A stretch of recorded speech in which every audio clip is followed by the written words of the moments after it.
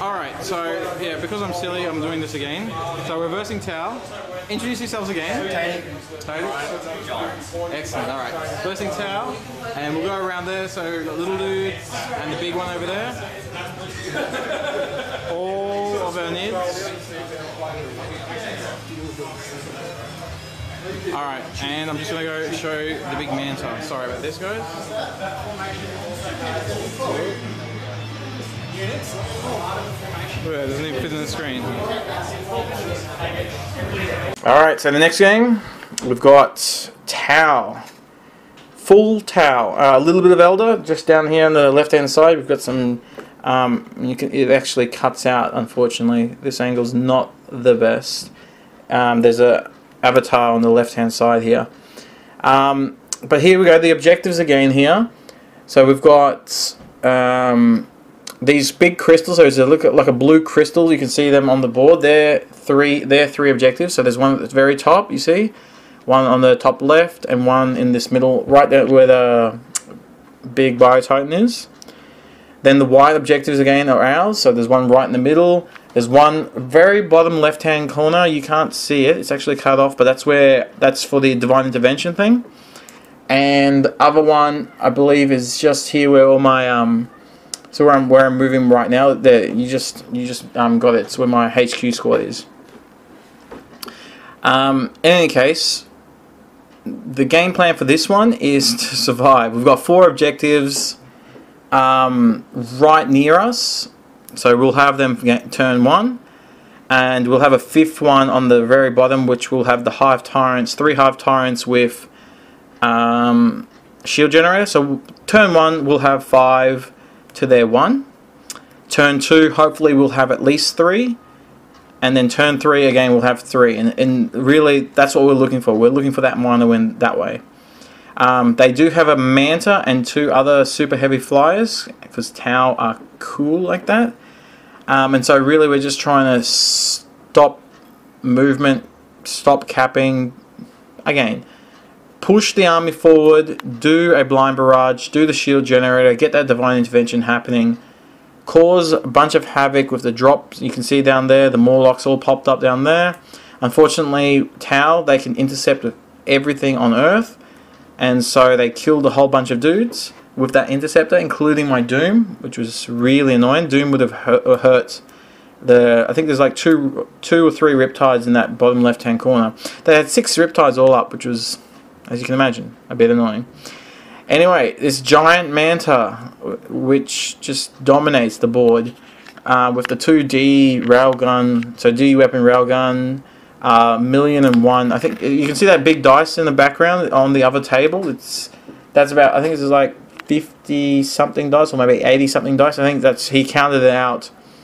That's how many burst cannon shots it does with all its extra guns. It just flies on, deletes, not one unit, deletes units. For 2,000 points, it does pretty good. And I actually managed to take off 5 of its 20, I believe, or 30 hull points.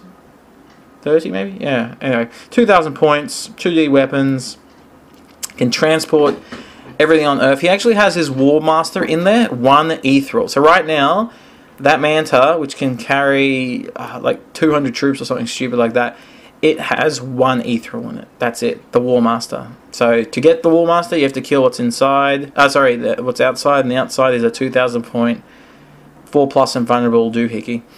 Anyway, my big beast, he manages to take 2D weapons to the face, and only 3D weapons. That's right. He gets 3D weapons to the face and gets down to 2 wounds. So he loses 8 wounds after 3D weapons. I think he rolled a 1 on one of them, which is really useful. So again, he's dropped all his crisis suits in the back here. He has cast his own shield generator in the second up the top there.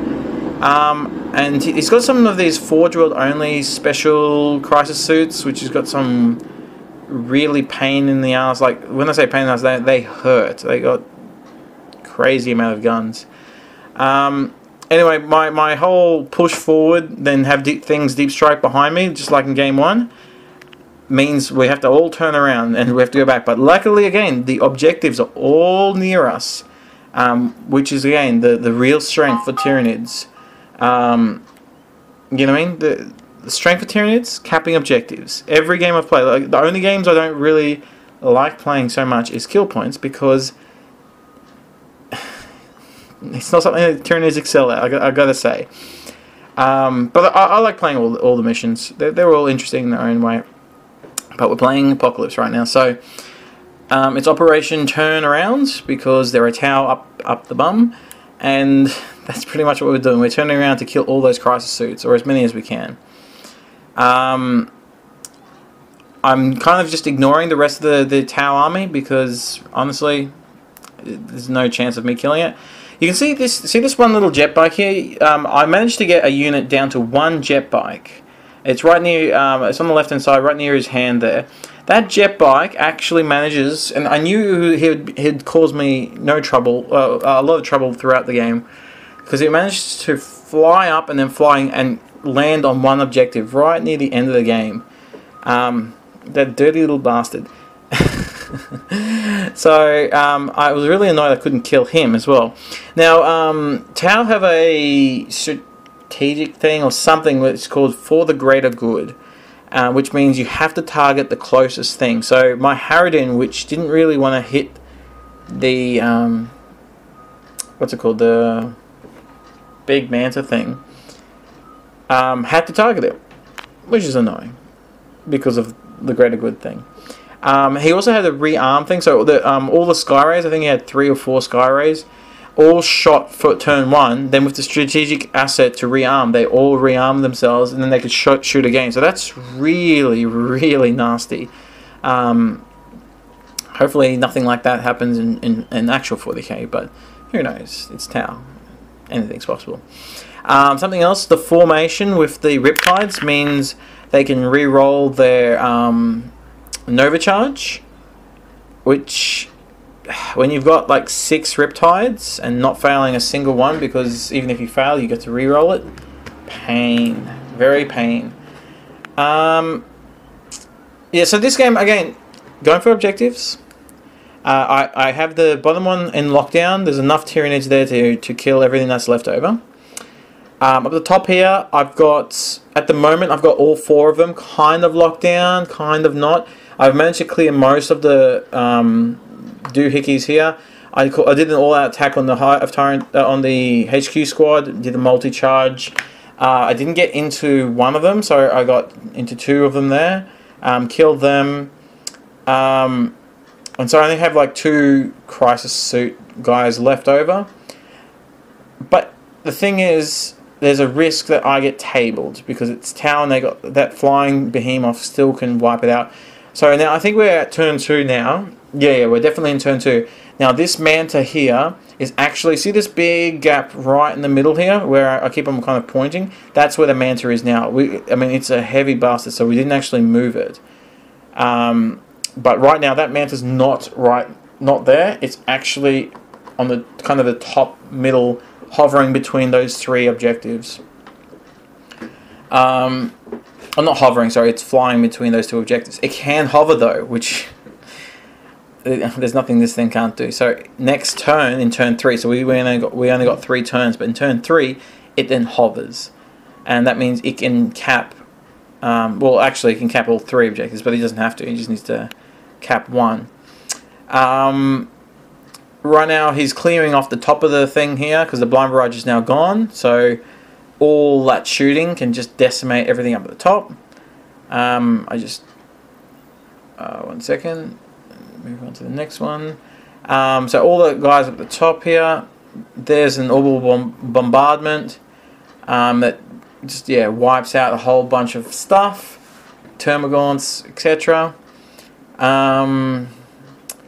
My HQ squad, its plan is to go back and move on to the objective. I've got a bunch of Bivors around there, so I want to own that objective. The one at the top is kind of lost. The one here in the middle, there's a couple of Gaunts there in the middle there. I've got that one as well, but that's not very hard to get rid of because you've got 46 thrust movement Riptides, which you're just going to grab those in a second. So yeah, right now it's just me literally saying, right, we've got one more turn. I just need to survive. I'll kill the things that can cap and survive. Survive. That's literally all I'm playing right now. Whereas the Tau are just going, let's try and kill as many things as possible because we're going to win. However, in terms of points, it's actually a really close game. By turn 3, so this is our turn 3 right now. So this is our last turn. You can see I'm surrounding that objective as much as possible. I've got the bottom objective as much as possible. The next one up the top, kind of got. The one down the bottom I definitely have. So our turn 3, we're actually winning in terms of points. And I'm quietly confident. I don't want to say we've got this because it's very close, but I'm confident. If he just has a little bit of poor shooting, we might have it. However, in his turn, he gets some good thrust movements with his Riptides. He uses one of the strategic assets to get another group. You can see that huge Forge World group of Crisis suits, and they drop in, and my HQ squad's just getting deleted one by one by one. Riptides are making their thrust moves onto objectives, and it gets down to him, I believe, having... Yeah, so and just up the top here, this is the key. My Harridan is touching the objective, but not fully on top of it. Now, I own 2 objectives to his 4, or to his 3, and there's one objective that we have to roll off. And we counted all their points before we did the roll off. We counted the points, and it's 17 all. So we're literally rolling off to see who wins the game, because in what's it called? In Apocalypse, if 2 people are touching an objective or same distance, it's a roll-off. Whoever wins the roll-off wins it. So 17 each. We're drawing right now, and we're both touching objective. Whoever wins this roll-off wins. And I lost. I rolled the 1 and he rolled the 6. So he got that objective and won 20 to 17. Ah well. It was a good game.